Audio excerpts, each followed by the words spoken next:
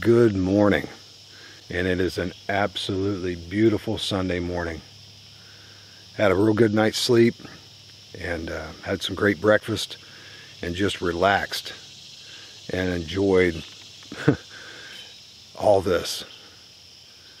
So quiet with the exception of the sounds of nature, and with the exception of a little highway noise, which is actually quite a ways away from here. I was really surprised on just how loud the traffic noise was being back here, but without competing noise, I guess that you can hear those things for quite some distance. Today I'm going to be walking around and exploring a little bit. I'll take you along with me, and I'm also going to film a couple other videos that I had planned and just see how the day progresses. I'll bring you back here in a few. Decided to take you on a little walk with me this morning and let you see the beautiful areas that I hike in. This particular patch of land is privately owned land, and I do hike a lot on state forests, but I don't hike the trails. I just stay away from the heavy traffic areas. About the only trails that I do hike are game trails, the kind that are made by deer, and they are plentiful here. I just prefer to be off the beaten path. This particular piece of property, in excess of 50 years ago, was actually strip mined.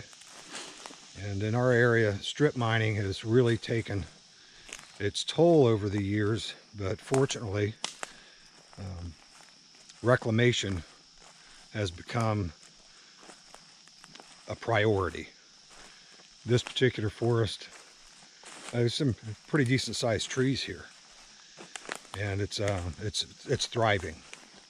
However, there are some leftovers from the mining.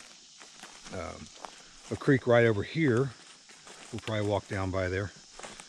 It's perfectly fine. There's no problem whatsoever with the water. It's spring fed. And the creek that's over on this side of the draw is sulfurous. You can actually smell the sulfur before you get there. And definitely not good to drink. Not even if you filter it and everything else, I would not drink it. Unfortunately, this area in Ohio had a lot of that.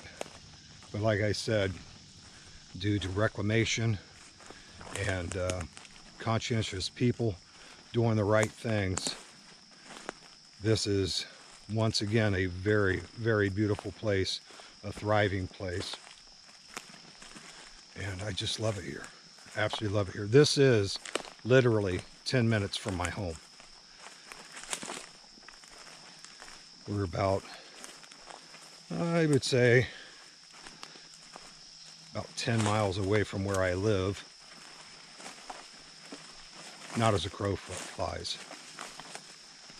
And this place is absolutely filled with everything that you would expect to find in an untainted, unexploited piece of woodland in southeastern Ohio. We're starting to see a lot of really awesome bloomings of autumn. I'm starting to see green spiceberries from the spiceberry bush. The pawpaw trees have little teeny tiny buds on them, and if I can see any of those things as we're walking along, I will point those out and share those with you. This place is beautiful any time of the year, but in particular, I love autumn. I'm going to go ahead and turn this around and let you see what I'm seeing. Walking down by the creek, it's not too far away from here. As you can see, there's a lot of Christmas fern along through here. You're going to see all kinds of fungus, all kinds of other things through here as we're walking through. I was really having my hopes up to be able to find the last little bit of chanterelle mushrooms before, you know, the cold weather hits. But I haven't found any yet. I haven't even seen any chicken of the woods, which is usually still out this time of year. Both are quite delicious and completely safe to eat. The big thing here in southeastern Ohio, as with a lot of sections in Ohio, are morel mushrooms.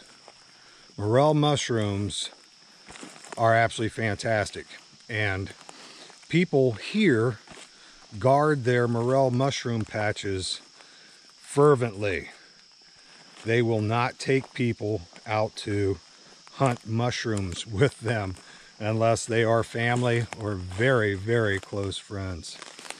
Oh, there's a nice little obstacle to avoid. Oh, I have walked in many of those during the course of the past 24 hours.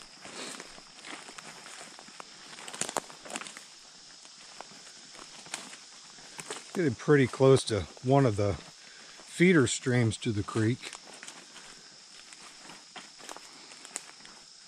Like I said, this water is perfectly safe to drink.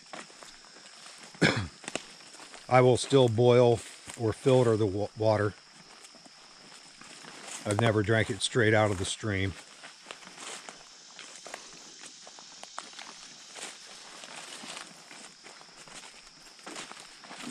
There's a little bit of iron in this water. But apart from that, it's pretty good. Iron is everywhere here. Iron is in all the water around here to some degree. And this area, many, many years ago, was mined extensively for iron ore. Iron production was huge in southeastern Ohio. And iron production came after salt. The first major industry in southeastern Ohio was salt production. And once the iron hit, they had to be able to fuel those huge furnaces to smelt the iron. Well, our forests disappeared. And once the forests were pretty much gone, they found out that a nice little item here, little fungus. And I am not incredibly well versed on anything but edible fungus. If I know it's not edible, I leave it alone. But once the forest started to dwindle, they started mining coal. And coal was as plentiful as the iron ore, if not more so. As a matter of fact, mining coal continued in southeastern Ohio for well over 100 years after that. And we're just now starting to see the tail end of a slowdown of coal mining.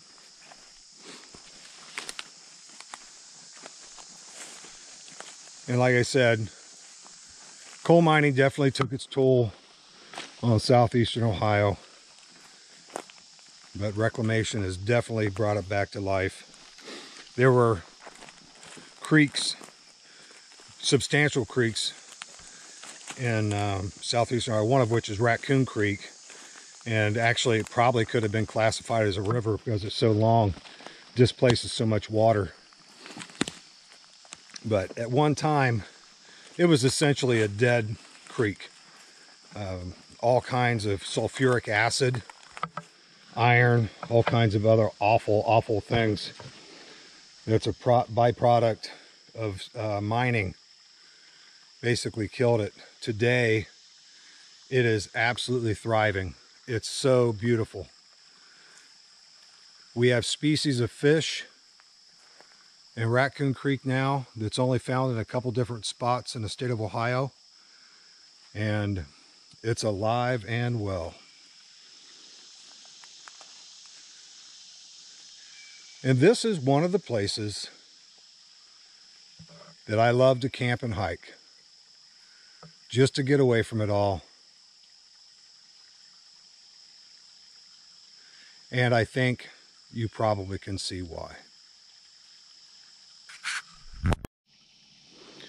I happened upon a very, very determined pawpaw tree. This is the identifiable leaf of a pawpaw tree.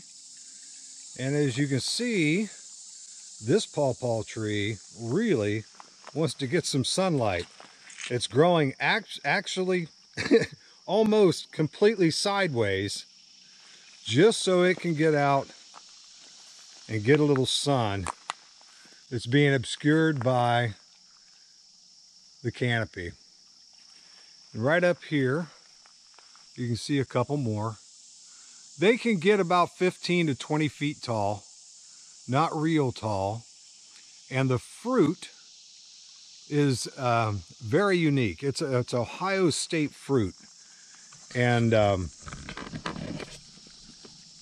it tastes like a blend between a banana and a mango. That sounds pretty bizarre, but that's pretty much what it tastes like. And I make a killer pawpaw black walnut bread, by the way. And it's still a little early for the fruit to come on. Usually about mid to late September is when we really start seeing it come on.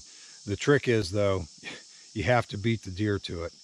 And it's very difficult to see the fruit because the fruit is exactly the same color as the leaves. And usually the fruit is fairly high up in the trees. So you have to have a good long stick to knock it out. And once you do, you've got a glorious, glorious bounty. I'm going to go ahead and head on back to camp. A few other videos I want to try to get filmed today, especially with my new schedule being back at work. I have to make the most of the time for video time as I can while I have it. So I got a few more videos I want to shoot today, and then I will be headed back home and prepare for the next week of school. Let's let you see a few more glimpses of my beautiful getaway spot.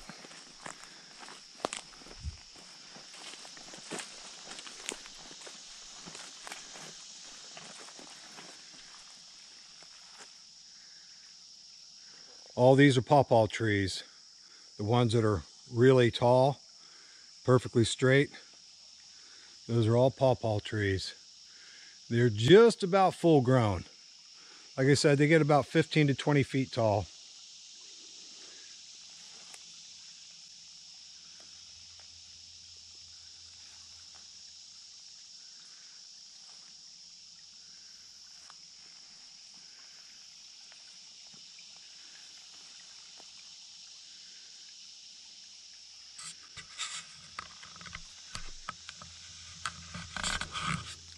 But this is my neck of the woods. Right over here is a spiceberry bush. Now, a spiceberry bush is the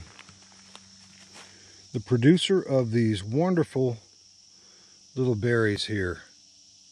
Now, you wouldn't want to eat these berries. When they are ripe, they're crimson red, and they taste like allspice. You can cook with these, but you probably wouldn't want to eat them. It would literally be like taking a teaspoon of allspice and eating that. Would not be very, very appetizing. They do have a decent amount of vitamin C in them, and you can use them in cooking just like you do allspice. And you can't dry them out because they're fairly oily, but if you want to collect them and use them to cook with, then you can go ahead and wash them off and put them in a Ziploc bag and put them in your freezer. And when you are ready to cook with them, go ahead and grind them up in a mortar and pestle. Add them to your recipes the same as you would any other allspice, and it'll do the job. Just wanted to share that with you. Just now coming up on the top of the spur that my camp is located, and so you can see what it looks like as I'm coming in. Oh, hickory nuts, which means two things. One very obvious is that this ginormous beauty is a hickory tree. And the other thing is squirrel. There will be squirrel here come the fall. I love squirrel gravy. Well, anyway, coming into camp, as you can see, it's pretty low profile. That's the way I like it.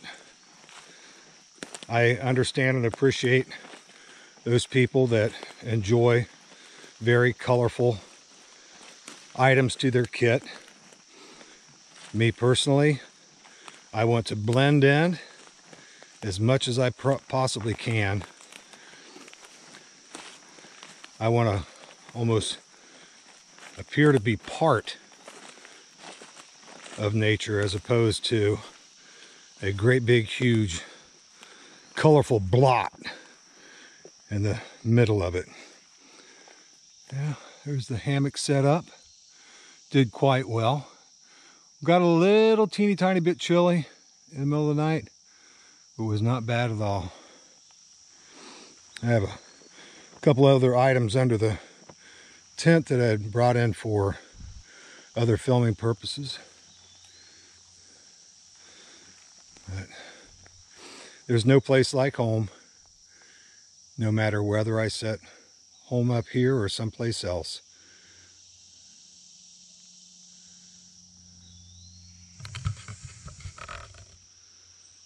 I gotta get to filming other stuff now.